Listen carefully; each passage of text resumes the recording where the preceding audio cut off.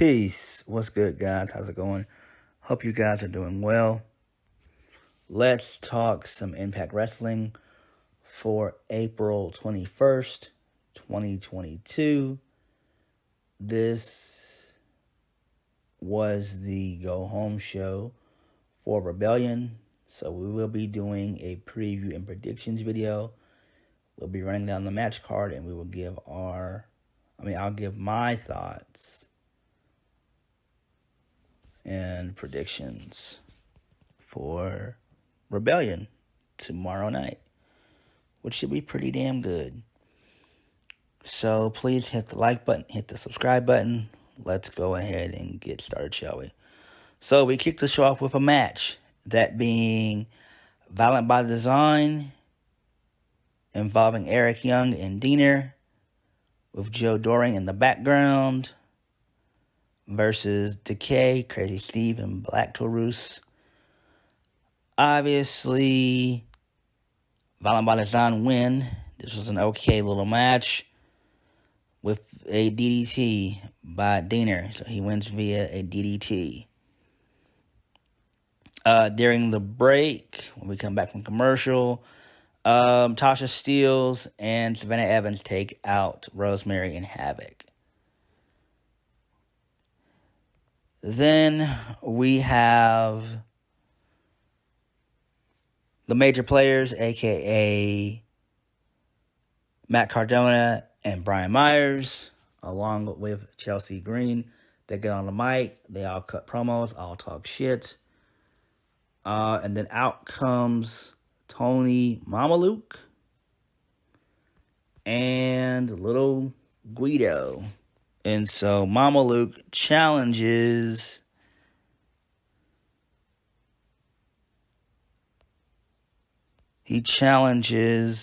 Matt Cardona. So, and it's for the Digital Media Championship. So Cardona retains via a distraction by Myers. He hits the radio silence. And then post-match, we get an attempted beatdown by the major players. They start beating the shit out of both Mamaluke and Guido. And W. Morrissey and Jordan Grace, they make the save. They beat the shit out of the major players. And Cardona eats a chokeslam through the table, which was pretty badass by W. Morrissey. Then we got a backstage promo by Honor No More, saying how they're going to win on Saturday, which is highly unlikely. We also got a vignette by Jonah hyping up his match against Ishii. Moving on, we had a squash match featuring Mahabali Shera with Razing. He defeated Gabriel Rodriguez via the Lion Powerbomb, or whatever the fuck he's calling that shit. Then Gia Miller, she catches up with Pagender. He cuts a good little promo, and he's saying, he's not worried about Raj.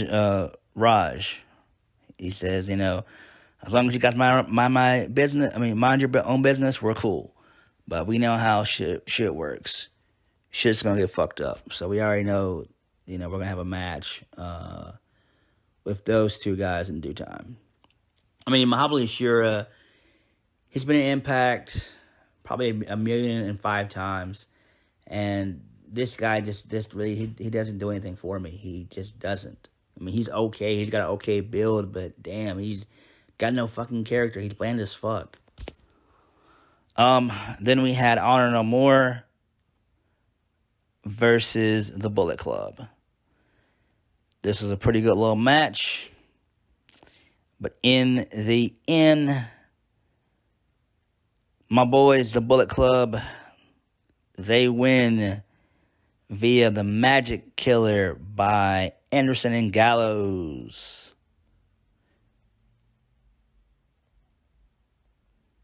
I mean, this was a banger of a match.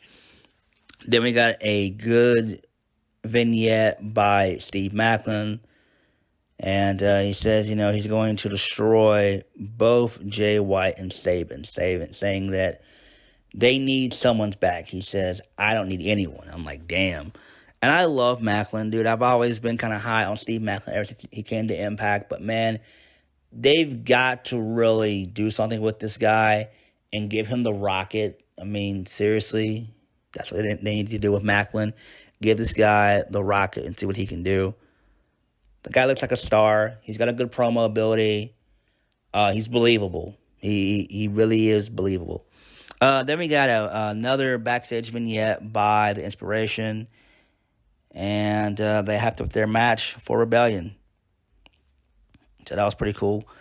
Then we get another backstage promo involving Taya Valkyrie, saying that she's back in Impact and she's wanting to get back the Triple A Reina de Reinas Championship. Something that she never lost against Deonna Purrazzo. Then we had the main event, which was Trey Miguel and the Laredo Kid taking on Mike Bailey and Ace Austin. Trey Miguel wins via a fucking roll-up. I despise roll-ups. And then post-match, Ace Austin starts beating the shit out of Trey Miguel. And so he's calling for Bailey to come into the ring and help him out. Bailey obliges, but he actually super kicks the shit out of Ace Austin. I'm like, damn. Like, I heard that motherfucker. It sounded like a damn shotgun going off. I'm like, damn, what the fuck? So yeah, his intentions are clear, that being Mike Bailey. That it's every man for himself. And then the closing segment was by Moose. He gives a former apology to Josh Alexander.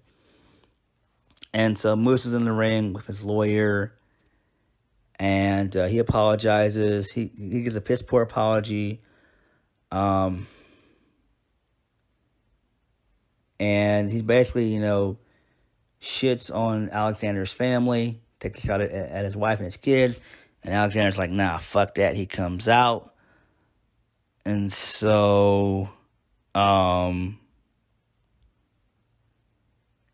security, they're all on Alexander. Alexander just starts suplexing everybody and taking him out with punches. And then Scott D'Amore, he gets involved. Josh stares down Scott D'Amore, and Josh looked at him like, man, motherfucker, if you don't move, I'm about to hurt you and Moose times 10. And so Scott D'Amore, he dips the fuck out. And then so Josh and Moose, they brawl. Moose brings in a table. He attempts to put Josh through it, but Josh is able to fight back with elbows. And then Josh hits the C4, which was badass, through the table. He taunts Moose some more, talks trash to him, looks at the Impact title, talks some more trash to him, and then we see Moose laid out still, and then we fade to black. And so that was that. So that was a pretty good little go-home show. I really did enjoy it. Please hit the like button, comment down below, and subscribe for more videos. All right, let's go ahead and get into the match card for Rebellion. This should be a pretty good pay-per-view. Usually Impact, they usually throw out all the punches with Rebellion. I've not really watched a Bat Rebellion at all. Ever since they brought the concept, was it 2018? I think it was either 2018 or 2019 they brought in Rebellion. It's one of those two dates. It was either 2018 or 2019. I can't fucking remember. But Impact, I've always known them to do well with Rebellion. So hopefully we can get some surprises. Let's go ahead and get into the pre-show first. unfortunately. So we are going to have 2 title matches on the pre-show. One being the Influence versus the Inspiration for the Knockouts Tag Team Championships. I think that the Influence, they will retain. It just makes sense. They just got those championships about a little over a month and a half ago, so they're not dropping that. And on to the second match of the pre-show, which doesn't make any fucking sense in my opinion. It doesn't. This should be on the main card. A triple threat for the X Division Championship. Mike Bailey, Ace Austin, and Trey Miguel. This makes no fucking sense. I think that Mike Bailey is going to win this one here. It kind of makes sense. I don't know what they're going to do with Trey Miguel. I feel like it's time for him to move on. Maybe try and chase main event goal or something. I don't know what they're going to do with Miguel. Ace Austin, he's going to be feuding with Madman Fulton when he comes back from injury. I think that's where they're going to go with Ace Austin. Or they could slot him in the main event scene. It all depends. So, yeah. Moving on, let's go on to the main card. So, let's start off with Chris Sabin versus Jay White versus Steve Maclin. Jay White's winning, hands down. It makes sense. There's the AEW New Japan Super Show coming in June, and you know good and damn well they're not going to have Jay White, that being Impact, not go over this one. It just makes sense. Speaking of AEW, let's go right into Jonathan Gresham, who is the Ring of Honor champion, world champion, taking on Eddie Edwards from Honor No More. Jonathan Gresham, hands down. I do believe that we will see the end of Honor No More, and it will start at the Rebellion tapings. I don't think that Maria Kanellis will continue to do work with Impact. I believe when she came on the scene, it was a handshake deal, I believe. It was a handshake agreement. And so she agreed to work through the tapings of Rebellion. So I do think that Honor No More is all but done. Next, we have Tasha Steelz versus Rosemary for the Knockouts World Championship. Tasha Steelz, obviously, it makes no sense for her to lose at all. Moving on, let's go to Jonah versus Ishii. That should be a good match, but man, Ishii is so fucking boring. He's boring as shit, man. Oh my god, he's boring as shit. Hopefully this won't last long. Hopefully this won't go no more than about at least 8 minutes with Jonah going over. Then we have Deonna Purrazzo versus Taya Valkyrie for the AAA Reign of the Reigners Championship. Taya Valkyrie, hands down. I do think that Deonna has done all she can do in Impact right now. She might end up going to AEW. I don't know. You know, she's always wanted to face, Britt Baker. I just see Purrazzo losing. I think she's going to be knocked down a peg. But it does make sense, This is all that it was about. It's all about putting over AAA.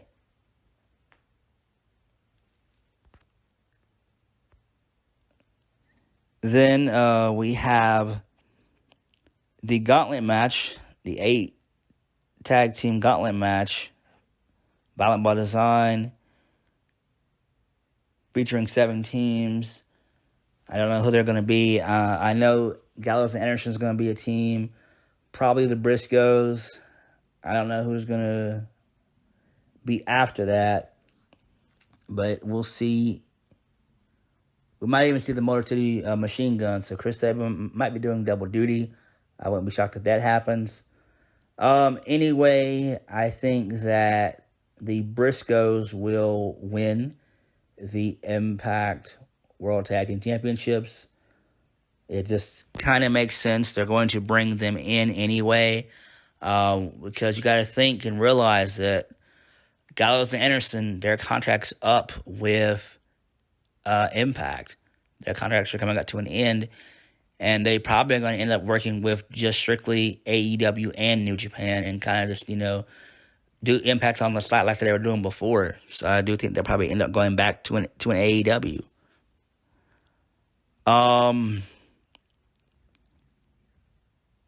Then we have the main event. Moose versus Josh Alexander for the Impact World Championship. Josh Alexander is going to retain. It makes sense because Josh has to get his revenge. He's got to get his revenge. The story is there. And I think we all know that Moose is dealing with a real bad shoulder injury. And he's going to need time off. A good little bit. I don't know if he tore a rotator cuff or what have you.